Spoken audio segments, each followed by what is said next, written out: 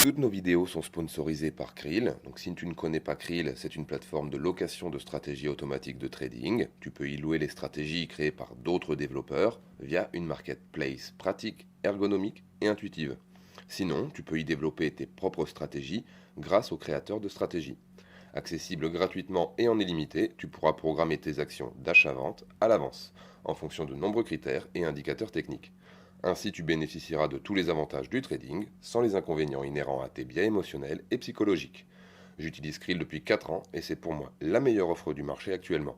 La plateforme est sécurisée et vos fonds restent sur votre wallet habituel, que ce soit Binance, KuCoin, FTX ou encore un autre wallet. Alors si tu n'es pas encore inscrit sur Krill, utilise le lien dans la description, rejoins la communauté Krillians et participe à la démocratisation des... Bonjour à tous, bienvenue dans cette nouvelle vidéo. Aujourd'hui, on va passer en revue le graphique du Bitcoin. On parlera également de la SEC qui recule face au XRP et puis des nouveaux partenariats qu'ils ont mis en place. Et puis, on clôturera la vidéo en vous parlant du projet Tron TRX, potentiellement scam, et à mon sens surtout scam, et du DPEG de l'USDD. Et enfin, on terminera avec une déclaration d'Elon Musk qui aurait fait bondir le cours du Dogecoin. Et on vous parlera de l'exagération que cela constitue selon nous en vous montrant le graphique du Doge. Donc on va commencer tout de suite, mais avant de commencer, je vous invite comme d'habitude à mettre un pouce bleu à cette vidéo et puis vous abonner à la chaîne. Beaucoup d'entre vous qui regardent les vidéos ne sont pas abonnés. C'est une marque de reconnaissance. Je vous invite à vous abonner. Ça me donne énormément de motivation et puis ça me soutient à continuer et améliorer la qualité du contenu. Donc je vous remercie par avance. Donc on va commencer tout de suite avec donc le graphique du Bitcoin. Et donc en ce qui concerne du Bitcoin, on va regarder ça ensemble sur une frame horaire. Donc on va d'abord regarder le journalier. Donc pour rappel, je vous rappelle qu'il y a un bag d'accumulation Bitcoin en mode trading. L'objectif c'est de devenir une baleine et si vous êtes abonné à la chaîne, vous aurez potentiellement la possibilité de gagner 10 à 20% du bag en fonction des différents paliers atteints. Donc voilà, en ce qui concerne ce petit fil rouge, dirons-nous. Et puis on voit qu'il y a potentiellement un échec sur la moyenne mobile 7 en journalier. On pourrait revenir chercher 17, 16 000 $, voire peut-être aller faire une mèche sur les 15 000 $ ici en fond de support. On verra bien comment ça va se passer. En ce qui concerne le 4 heures, on voit ici qu'on a fait une tentative de reprise du range supérieur, mais pour l'instant c'est un échec, puisqu'on est repassé en dessous. Donc on va voir, est-ce que cette journée va nous offrir une bougie supplémentaire qui va gratter le haut de la bande, qui est quand même super serré et super latéral, donc il va falloir prendre une direction à un moment donné, ou bien est-ce qu'on va prendre plus de volatilité pour revenir chercher ces 17 535 $.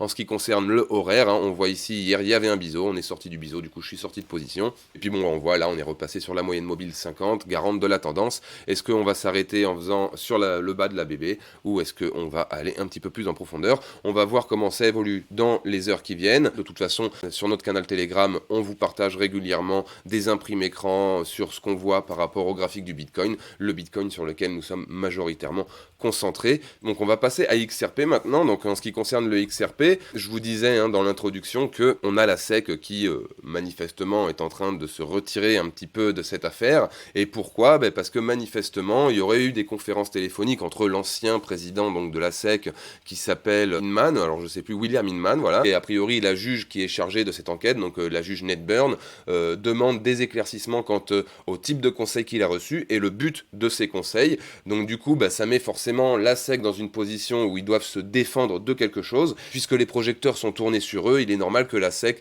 adopte une position un petit peu plus discrète et moins agressive au regard du projet Ripple qui, malgré son procès contre la SEC, on le voit ici dans cet article, continue de nouer des partenariats, dont ce dernier partenariat très très intéressant qu'elle a noué avec The Fluff. C'est quoi The Fluff? The Fluff, c'est une marketplace spécialisée dans les NFT et les NFT 3D. Et donc du coup, avec The Fluff, ils vont lancer The Root Network. C'est quoi? Écoutez, on a dans cet article dont on a demandé à Google de nous faire la traduction. Donc The Root, c'est une structure racine qui ressemble toutes les meilleures composantes a priori de la communauté Web3. Grosso modo, pour résumer, ils le disent ici, c'est 5 ans de stratégie de recherche et développement, et en fait l'idée c'est de créer une base d'infrastructure infrastructure pour le métaverse ouvert et évolutif. Et donc selon Fluff et The Root Network, donc qui est le nom du projet, hein, la meilleure monnaie pour pouvoir effectuer des règlements au sein du métaverse serait donc le XRP Ledger, XRPL. Donc XRP devrait jouer un rôle essentiel dans ce métaverse ouvert et évolutif. Donc on verra comment ça va évoluer dans les semaines, dans les mois qui viennent. Quoi qu'il en soit, il faudra rester attentif du projet. Et puis bon, du coup, on va passer à Tron. Alors Tron, qui ici nous met un tweet, hein, qu'on vous traduit si vous voulez lire. Donc en gros, hein, ensuite il fait quelques commentaires, il ajoute, hein, et il nous complète son propos. Et bon, bah il demande si le USDD est en train de dépeg. Et ils disent non, non, il dépeg pas. En fait, le USDD, c'est juste que c'est une technologie qui fait que ça repose sur rien. Et donc du coup, c'est normal qu'il y ait des écarts de volatilité. Donc je trouve ça assez impressionnant de la part du projet, genre Tron DAO réserve de publier ça. Enfin voilà, ça me fait beaucoup rire, sachant que la majorité des scams qui me contactent me proposent du cloud mining sur TRX. Donc voilà, je sais pas en fait quelle est la nature. Il y a beaucoup de rumeurs qui disent que Tron est un scam, et franchement je sais pas ce que vous en pensez vous, dites-le moi en commentaire, mais moi je trouve que Tron c'est pas forcément le meilleur projet, c'est pas the must have à avoir dans son folio quoi. Enfin bref, quoi qu'il en soit, on va terminer sur une touche un petit peu plus critique concernant justement le média en ligne Contribune, hein, qui nous publie cet article concernant Elon Musk. Et qu'est-ce qu'il nous dit dans cet article? Il nous dit qu'une déclaration d'Elon Musk a fait exploser le cours du Dogecoin. Donc exploser, c'est quand même un terme hyper fort. Donc on a lu l'article, hein, je vous ai pas fait toutes les annotations, etc. Mais ce qui nous a vraiment choqué, c'est qu'à un moment donné, ils nous disent, bon bah on regarde, hein, l'article, il date du 22 juin 2022, et ils nous disent donc le 22 juin 2022 que Elon Musk, en gros, son annonce a été bien accueillie puisque le cours a littéralement explosé. Et franchement, c'est hyper abusé de mettre que le cours a littéralement explosé, parce que ça, je trouve que c'est pas sérieux de leur part, parce que moi je trouve que Cointribune jusqu'à maintenant est un média relativement sérieux. J'aime beaucoup les informations qui sont véhiculées sur Cointribune. Malheureusement, si on regarde le Dogecoin en journalier, bon déjà on regarde en hebdomadaire par exemple, on voit qu'on est toujours dans une phase de correction, on est en train de retitiller ici cette ATH, on est en train de retitiller ce support ici autour des 0,050 centimes,